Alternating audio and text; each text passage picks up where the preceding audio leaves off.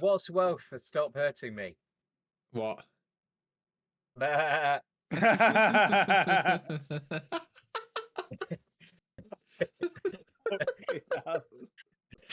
it. We're cancelled by the Welsh now.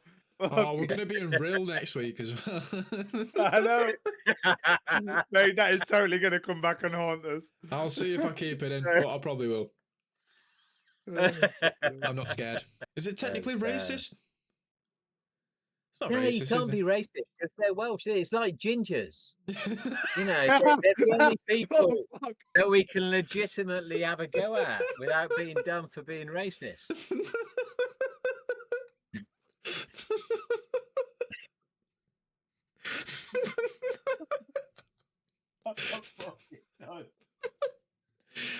Oh, this is the best way to promote weServed ever. What, taking a piss out If of you're a Welsh? ginger Welsh, yeah. veteran, I apologise. Oh, fucking hell, I'm crying and all sorts. I'll be So- honest, I have absolutely no fucking idea what's going on. To be honest, neither do I. I'm just going to leave this to you, Sean. To be honest, So you want to promote your crowdfunding? Is that what it is? You're joking. This is definitely the half blind leading the blind. Yeah. So it's going to go off the back end of what Annabelle was saying, because we was trying to figure out how veterans could sort of literally put the 2 pence in and support the app. And basically, she said there was no way of directly doing it, so this is why the crowdfunding's been started. Yeah, I think so. I got in at the base level. Hugh and I worked together when I left the army. He got me a couple of jobs out in the Far East and stuff, and we became good mates. And so when he came up with the idea of weServed, because he was really pissed off because David Cameron promised back in whenever it was when he was Prime Minister, before he fucked up the country, that he would do this covenant thing, the Veterans Covenant, and that we would look after our veterans properly and all of that sort of stuff. And obviously it's just fucking political bullshit. So Hugh got really, really angry one night, I think over a couple of bottles of Chardonnay, because he probably doesn't drink beer. Do one of them. And thought, well, you know what? I'm going to do something about this. And he has. He managed to pull a rabbit out of the hat and set about setting up weServed. Yeah. So he went out to a whole pile of buddies and people that he thought might be able to chip in. And we all chipped in at the beginning. So we got to a point where it was all going really, and it is going really, really, really well.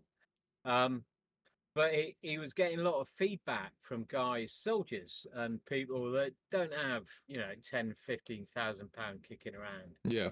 But they've got a couple of hundred. And he was thinking, well, actually, and they were saying, well, I want to invest. Yeah. I remember when my mum invested in BP and, British Telecom and the rest of it. And actually, she earned some money from that. So, can I be a part of this too financially and get some financial rewards? Yeah. And as a result of that, he thought, well, okay, so what he was going to do was go to a whole pile of investment bankers and raise the money that way. And instead of doing that, he's sort of done a bit of a pivot and gone, you know what? Crowdfunding, give the veterans a chance to get in there and share part of the progress and have a voice. Yeah. Be part of the movement. So, and we all supported that. We just went, yeah, absolutely. This is what it's about. This is about making Britain the best place to be a veteran. I can agree with that, because if you have veterans involved in creating the app, no one feels alienated. With things like, I'm just going to use it as an example, I'm going to completely make it up on the spot, but with things like Netflix, it's its own established platform, and you are literally just a consumer if you want to use it. So the fact that veterans can actually put their own money into it and throw ideas into what would benefit them, it just makes sense to do it that way. Because the army and the military as a whole, it's a teamwork environment. So to have a couple of people call the shots and go on assumptions of what would make the app brilliant is stupid. So the fact that it's going this way is the best solution. I think you've nailed it, mate. I think that's what was going through Hugh's mind when he made the decision to go this way. What I would say is that every member gets a shout, and everything at the moment, it's very formative. It's like a plasticine model that looks a bit human. Yeah. And actually how we develop and mold it is about what everybody needs to put into it. So it's about getting it right for everyone. And that's a big ask, because there's always going to be some, typical squaddies, isn't it? If they're not moaning, then there's something wrong. So there's going to be a lot of moaning going on. But actually, if we can get it right and make it work for the vast majority of people, so it's really benefiting them, then that's got to be good. The difference between being a member and being an investor is that if you're an investor, then you're going to profit financially from it directly through dividends and all the other stuff. The point about it is that veterans are not charity cases. We are assets to the country, and we deserve to be treated as assets, not charity cases. Yeah. We have loads to offer, and we need to get the public to recognize this, and more importantly, employers as well. Yeah, the biggest. Oh, yeah, that's a massive thing. That. Yeah. When I left Her Majesty's service back in, I took tranche 3 redundancy. I was in Afghanistan doing my 3rd tour at the time, and I just had enough, but I left, and the next step was getting a job, and actually then getting people to recognize my skills was really quite difficult. And it's like, oh, yeah, so you're in the army, what's that? And one of the big things is that Hugh, the founder of weServed, he runs his own very successful placement. He force select, and he will take soldiers and find them a job. And that is really, really great. And if it does nothing else, if weServed can take guys that are leaving the army and find them a first job, that's got to be the way forward, hasn't it? It's just got to make that transition so much easier. Something that's interesting about the way the military works is when you first join, you are a civilian. You don't know anything except for school and maybe one job, depending on your age. So you go through phase 1 training, then phase 2, and then you're a soldier. Some people go through phase 3, but that's a very job-specific role. So you get trained to be a soldier, and they always say you can never take the soldier out of the man. So there needs to be a program, in my opinion, I'm just thinking of this like on the fly, that sort of creates veterans. Because when some people leave, they go anywhere. They go absolutely ballistic. Even if you can instill some sort of principles for veterans. Civilian, into civilian life. Yeah, so it's almost like let's say there's only 2 phases in the army. Obviously, there is an exemption with a couple of regiments with phase 3. But let's say there's a phase 3, and that's becoming a veteran. So almost like you could say it's what's that fucking thing called? Resettlement. That's it. You could say resettlement is that, but that's just a DOS. That. But if there's something that weServed could do, where they could sort of like create the example of what a veteran should be, it should set a standard then. And because a lot of blokes tend to get lost when they leave the army, whether it's through their own choice or not. A lot of veterans tend to get into civvy world, get a bit fucking lost, and like, oh shit, what am I supposed to do with myself? And then start acting a bit of a dickhead, and then end up going down the wrong path.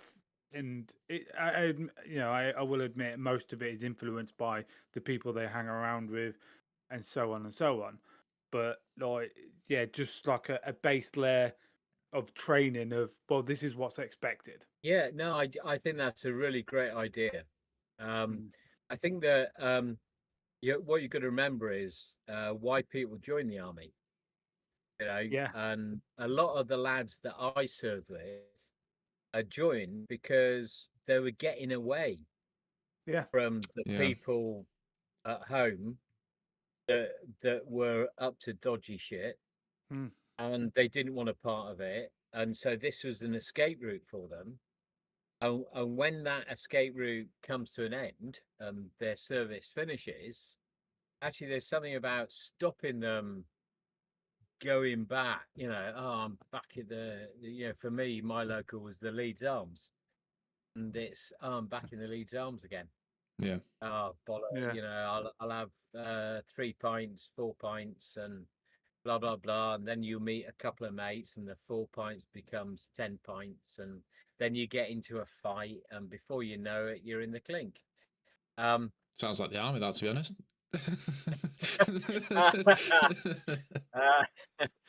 Yeah, it's and actually trying to help people avoid that as a scenario is I think one of the things that weServed can do. Yeah, I was 20 when I came out the army. Okay, and then I started playing around with voice. So I was really quite young, starting out in civvy life. And then I started looking into veteran communities and like local veteran communities. And I turned up to a veterans, what was it, like a breakfast morning or something, breakfast club or something. And I brought the average age down by about 20 years. And I was just like, okay, no wonder nobody doesn't want to come to these. And nothing against the old and bold, like nothing against them old boys that are still connecting. Like kudos to them for doing that. But for the younger lads, like you, Danny, you're only 25, 27 as of a couple of weeks ago. Yeah, so have you ever been to a veterans breakfast club? No, like the only thing I do is Remembrance Day. Yeah. So like I think there needs to be a younger generation of veterans that maybe only did 4 years, maybe did their minimum service, that need to connect locally. Yeah. How that is logistically done, I don't know. I'm not qualified. Did you do that through the breakfast club thing? Was that through your regimental sort of association? No, that was through a mate of mine.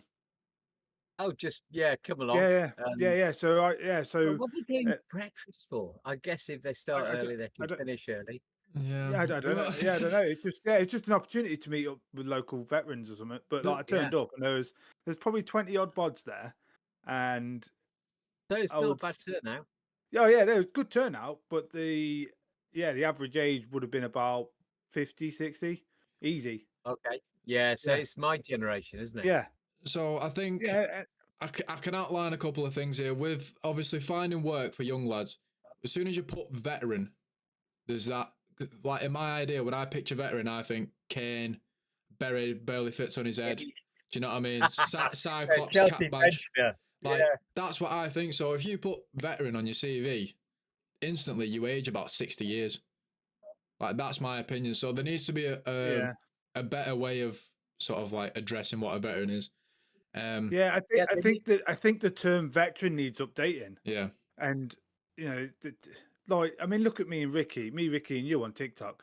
Okay, you don't really do much of the talk to the audience sort of stuff, Danny. But like me and Ricky, we interact with them, we talk to them, we do lives, and like the amount of kids I get sort of asking me like, holy shit, like you can't be a veteran, you're not that old.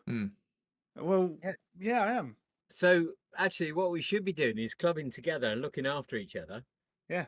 And creating this environment whereby we're promoting each other and promoting success and helping each other and creating that momentum of people where we're all going, hey, do you know what, Danny? Guy down the road is recruiting. Yeah. And blah blah blah. I know you're looking out for that sort of job.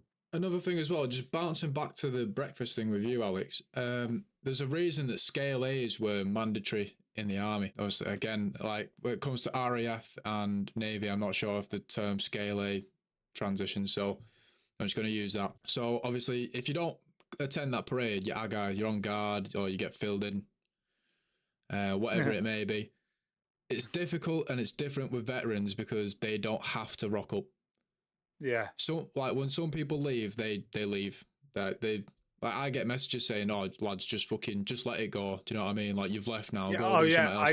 All the time. I get that all the time. Yeah. And that's fine. There's nothing wrong with that. The thing is, there's some people that can't. Yeah. And there's some people that, obviously, like me, from a young age, the army's all I've known. So yeah, same as me. Like, my biggest, like, with me, I can't let it go because in my head, like, my service never ended. I was medically discharged through injury. You know, it wasn't my choice, although it was kind of my choice. I chose to take the medical discharge over staying in, but my career was whipped away from me. Yeah, I was going to say, I couldn't do what I wanted to do. Yeah, if you'd have stayed in, Alex, you know, you're on whatever it is, a P9 or P7, so you can only do certain jobs. Yeah, restricted to base, and all of that good of stuff. Yeah. So, yeah, that would be pretty shit, you know. Yeah, so they offered me a job in the stores, and I was like, no, I didn't join the army to be a storeman. You know, I joined the army to be an infantry, a guardsman. You know, and because of the, you know, obviously the no fucking eye, I couldn't go and do ceremonial because I've lost my peripheral. So, you know, they was worried about me losing dressing rank and stuff like that. So I couldn't do that. So I can't, I can't fucking So you could always be left-hand marker. Yeah. Yeah. Permanently on the left. So with this, obviously, the purpose of this video pretty much is to just sort of like advertise the crowdfunding. We've gone on little jumps here and there on topics, but all fucking boils down to the same thing, and it's bringing the veteran community together and sort of bringing awareness that we do exist. And some people don't like highlighting the fact that the veterans, because they always get met with, "Oh, nice one." So with this app, even if we can just talk to each other and not having to meet up and not having to figure out who's who through Facebook, because it's all verified, you have to type in your service number to basically not get caught out if you're a walt or not. So with that, there's a community being built, and you can fund that yourself with the crowdfunding. Yeah, exactly so. Another thing that I've been sort of like, I send messages to Jenks all the time whenever I have an idea for weServed. I've messaged him the idea of having an entertainment tab for weServed. So it's a case of you can't post anything. It's only verified people from weServed that can post things on there. So Alex likes to do his little chair stunts. If he wants to upload a couple of them just to give a veteran a laugh, that's fine. We could put the podcast on there. Obviously, it'll be free of charge or whatever, as opposed to like listening to stupid long YouTube ads. It's just on there, and you can just watch it straight away or listen. So I've put that forward to him, but obviously I have got more ideas. But it's just a case of how quickly they can be implemented. Obviously, with the crowdfunding, it would speed it up. Yeah, definitely. And the next step, you know, remember, the choice was investment bankers or going to veterans, and actually going to ourselves. Yeah, this is what do we say about weServed? This is an app and a community designed by veterans for veterans. What sort of like the process of the crowdfunding? How can someone like find the link or? Okay, so what I think would be really good, I think Annabella's sent you guys the link already. No, okay, I'll find that. And if you could put that in the at the bottom of the YouTube thing. Yep. Then that would be great. But you basically go on to, I think it's called Squarespace or something. Right. And follow the link. That will take you through the whole process. So what I'll say about investing is it's down to the veterans themselves as well. If they invest money into it and then promote weServed on their own, like promote it's only going to go one way. It's only going to go up.